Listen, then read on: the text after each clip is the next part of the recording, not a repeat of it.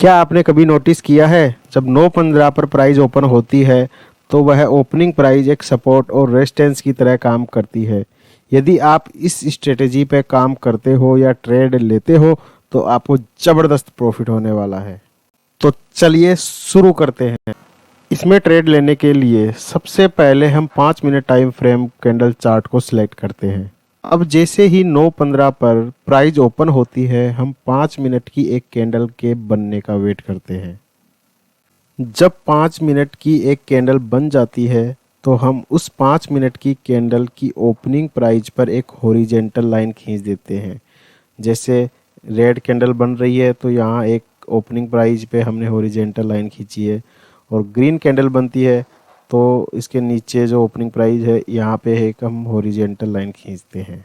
अब जब 9:15 पर प्राइस ओपन होती है तो वह ओपनिंग प्राइस दो तरह की सिचुएशन बना सकती है।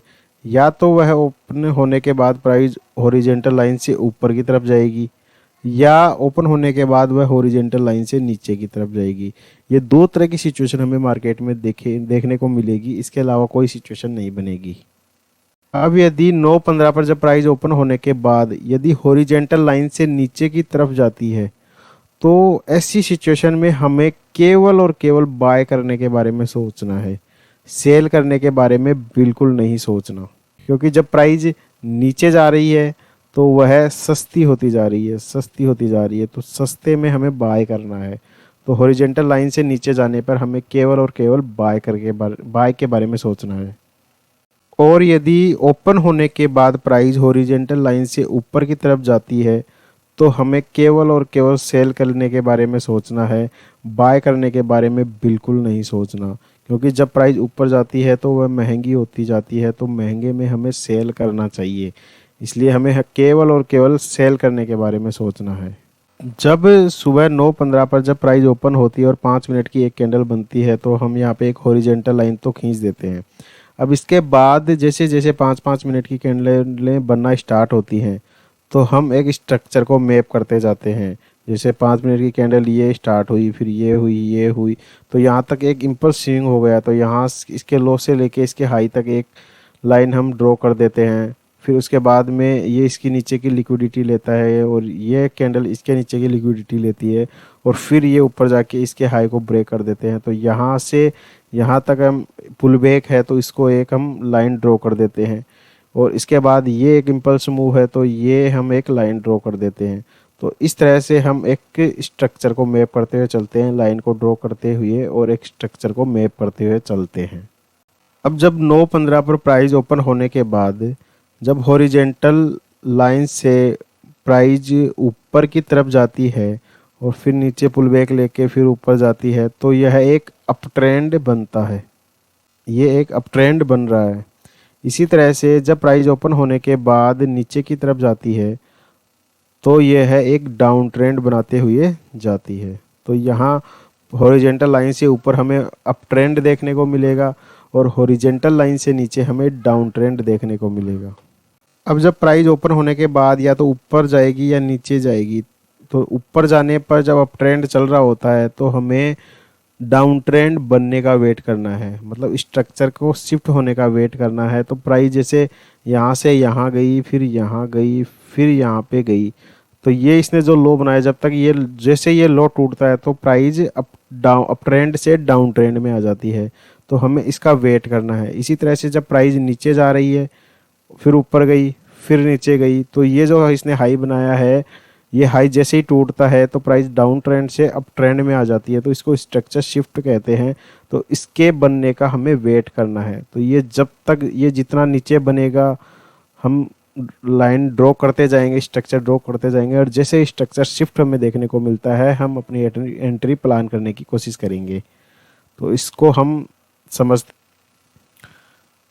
अब यहाँ पे देखें तो ये ओपनिंग प्राइस एक हॉरिजेंटल लाइन है। प्राइस यहाँ से ओपन होने के बाद इम्पल्स मूव बनता है, फिर पुल बैक बनता है, फिर इम्पल्स मूव बनता है, फिर पुल बैक बनता है, फिर इम्पल्स मूव बनता है।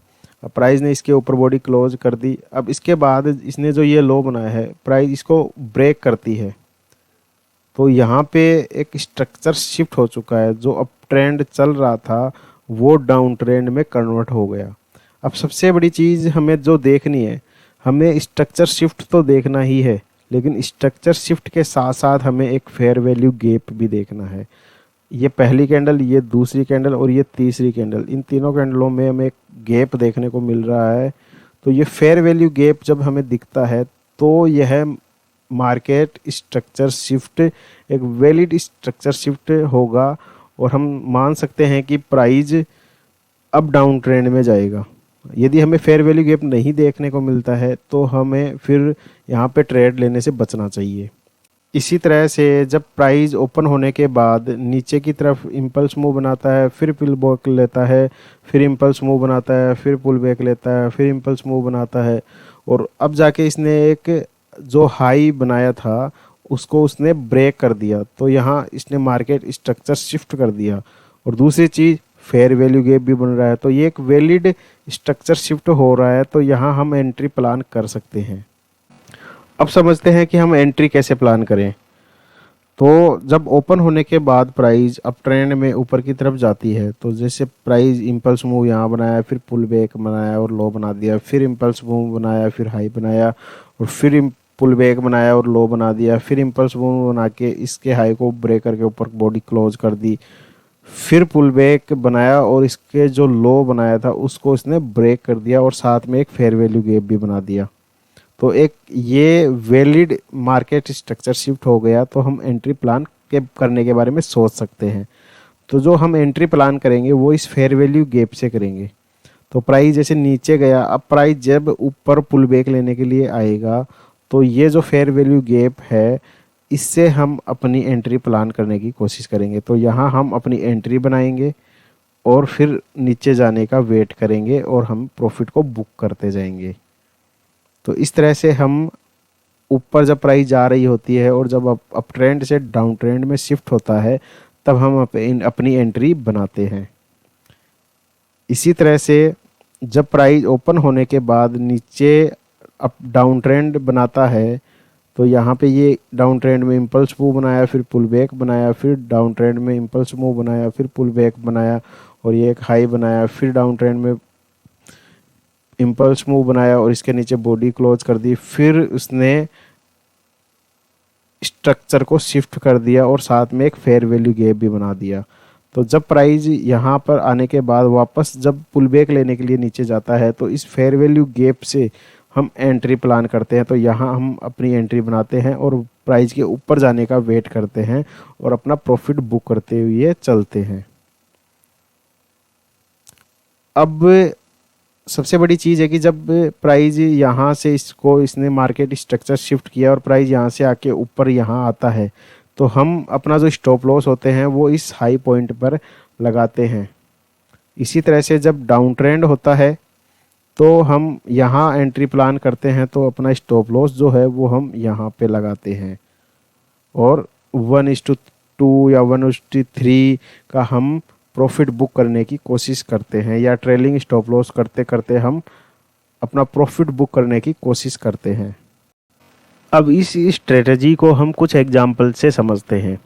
तो ये जो निफ्टी 50 है और हमने 5 मिनट का टाइम फ्रेम ऑन कर रखा है, तो ये देखते हैं 29 मई को जब 9:15 पर प्राइस ओपन होती है। तो ये 29 मई को 9:15 पर प्राइस ओपन होती है और ये मार्केट का स्ट्रक्चर बनता है। तो सबसे पहले हम क्या करते हैं, एक हॉरिजॉन्टल लाइन खींचते हैं ओपनिंग पर। तो 5 मिनट की ये कैंडल है और ये इसकी ओपनिंग प्राइस है, तो यहाँ हम एक हॉरिजॉन्टल लाइन को ड्रॉ कर देते हैं। अब स्ट्रक्चर को हम शिफ्ट करते हैं। तो प्राइस यहाँ ओपन होती है, फिर नीचे जाती है, फिर ये ऊपर जाती हुई यहाँ तक जाती है, फिर नीचे आती है, फिर ऊपर जाती है और फिर नीचे आती है यहाँ तक। तो इसने पहले जब ऊपर जा रही थी ये तो अप ट्रेंड में जा रही थी, फिर इसने स्ट्रक्चर को यहाँ पे शिफ्ट कर दिया। तो ये जो पॉइंट है यहाँ इसने स्ट्रक्चर को शिफ्ट कर दिया और साथ में यहाँ इसने स्ट्रक्चर को शिफ्ट कर दिया। जो एमएमएस है ये पॉइंट स्ट्रक्चर शिफ्ट पॉइंट कहलाएगा, ठीक है। अब ये एक फेयर वैल्यू गैप भी बन गया। तो ये कैंडल और ये कैंडल के बीच में ये जो गैप है ये एक फेयर वैल्यू गैप भी हो गया। तो स्ट्रक्चर शिफ्ट के साथ हमें फेयर वैल्यू गैप भी देखने को मिला है। तो जब हमारी एंट्री होगी तो वो कुछ इस तरह से होगी। ये फेयर वैल्यू गैप बना, तो हम यहाँ इस फेयर वैल्यू गैप पे यहाँ पे हमने एंट्री प्लान करी। तो इस फेयर वैल्यू गैप में हम कहीं भी एंट्री प्लान कर सकते हैं, यहाँ पे यहाँ पे यहाँ पे कहीं भी एंट्री प्लान कर सकते हैं। तो हमने मान लो जैसे यहाँ पे एंट्री प्लान करी, तो हमारा जो स्टॉप लॉस होगा वो इस हाई पॉइंट के ऊपर होगा। तो यहाँ हम अपना स्टॉप लॉस लगाएंगे, यहाँ हम एंट्री प्लान करेंगे, और देखा जाए तो हमें 1:3 रेशियो का हमें प्रॉफिट देखने को मिल रहा है। यदि हम यहाँ पे 1000 रुपये का लॉस लगाते हैं तो हमें 3000 का प्रॉफिट देखने को मिल रहा है। और कितने बजे तक हमें प्रॉफिट हो जाएगा, देखो यहाँ लगभग 11:30-12 बजे के आसपास हमें प्रॉफिट हो जाता है। और हम एंट्री कब लेते हैं, हम एंट्री लगभग लेते हैं 10 बजे के आसपास। इसी तरह से दूसरा एग्जाम्पल हम देखते हैं, यह है वेदांता। वेदांता में हम 5 मिनट का टाइम फ्रेम ऑन करते हैं, और ये 18 मार्च 2024 का चार्ट है। इसमें 9:15 पर प्राइस यहाँ पे ओपन होती है। तो सबसे पहले हम एक हॉरिजेंटल लाइन ड्रॉ करते हैं। तो इस कैंडल जो 5 मिनट की कैंडल है, इसकी ओपनिंग प्राइस यहाँ पे है, तो यहाँ हम एक हॉरिजेंटल लाइन को ड्रॉ कर देते हैं। ठीक है, अब हम स्ट्रक्चर को मैप करते हैं। तो यहाँ प्राइस ओपन हुई, फिर प्राइस ऊपर गई, फिर प्राइस नीचे गई, और फिर प्राइस यहाँ पे आके यहाँ पे आ गई। ठीक है, तो यहाँ पे देखा जाए तो प्राइस नीचे जा रही थी, और इसने यहाँ पे स्ट्रक्चर को शिफ्ट कर दिया। तो अब आप पूछोगे कि भाई ये स्ट्रक्चर तो शिफ्ट हुआ ही नहीं, इसके हाई के ऊपर इसने बॉडी क्लोज करी ही नहीं। तो देखो ये जो तीनों कैंडल है, इनका जो बॉडी है, ये जो बॉडी है, इस बॉडी के ऊपर बॉडी क्लोज हो जाए। यहाँ पे विक की ज़रूरत नहीं है कि विक के ऊपर बॉडी क्लोज हो। ये जो बॉडी है इसके ऊपर भी बॉडी क्लोज कर दे तो हम मान सकते हैं कि स्ट्रक्चर शिफ्ट हो गया है। तो ये जो बॉडी है, तो ये बॉडी यहीं तक है, तो इसके ऊपर इसने इसकी बॉडी क्लोज कर दी, तो ये स्ट्रक्चर शिफ्ट हो गया है। ठीक है, तो यहाँ पे देखें ये जो बॉडी है, तो ये मार्केट स्ट्रक्चर शिफ्ट हो गया, साथ में फेयर वैल्यू गैप भी बन गया। ठीक है, तो अब हम जो एंट्री प्लान करेंगे हम अपनी, तो इस फेयर वैल्यू गैप से करेंगे। तो हमने इस फेयर वैल्यू गैप पे यहाँ पे एंट्री प्लान करी अपनी। ठीक है, अपना स्टॉप लॉस हमने इसके नीचे लगाया, लो के नीचे, और हमने अपना टारगेट 1:3 रखा।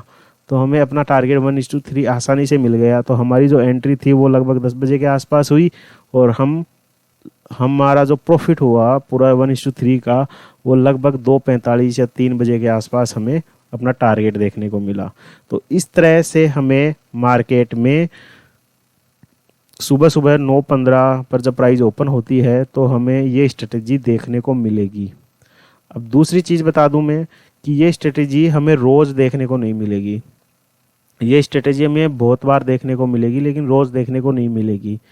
तो यदि हम 150 स्टॉक अपनी वॉच लिस्ट में रखते हैं, निफ्टी और बैंक निफ्टी को रखते हैं, और उन पे सुबह सुबह हम नज़र डालते हैं, तो किसी न किसी 1 या 2 या 5 स्टॉक में हमें ये स्ट्रेटजी देखने को मिलेगी, और वो रोज़ देखने को मिल जाएगी कि कभी किसी स्टॉक में हमें देखने को मिल रहा है और कभी किसी स्टॉक में देखने को हमें मिल रहा है।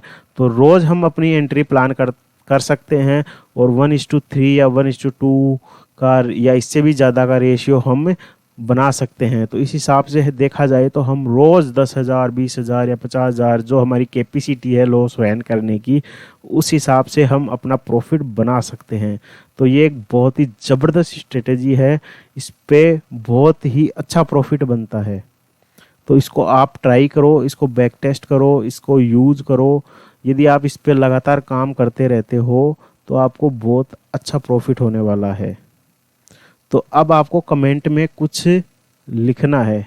मैं आपको एक वर्क दे रहा हूँ, एक काम दे रहा हूँ कि आप 150 स्टॉक अपनी वॉच लिस्ट में डालिए, या निफ्टी 50 या निफ्टी 100 या अच्छे स्टॉक आप अपनी वॉच लिस्ट में डालिए, और उनका बैक टेस्ट करिए, और उनका बैक टेस्ट का रिजल्ट मुझे कमेंट में बताइए कि क्या रिजल्ट आ रहा है। क्योंकि देखो रोज़ आपको ये स्ट्रेटेजी देखने को नहीं मिलेगी एक सिंगल स्टॉक पे या निफ्टी 50 पे, लेकिन सारे स्टॉक में हम देखें तो कभी ना कभी महीने में 3-4 बार आपको ये स्ट्रेटेजी हमेशा देखने को मिलेगी। देखा जाए तो हमें ये रोज़ देखने को मिलेगी, लेकिन इस बहुत सारी चीज़ें और भी हैं इसमें इंक्लूड। तो उन सभी को हम जब समझेंगे तो हम एक ही स्टॉक पे रोज़ ट्रेड ले सकते हैं। ठीक है, तो चलिए, थैंक यू, धन्यवाद।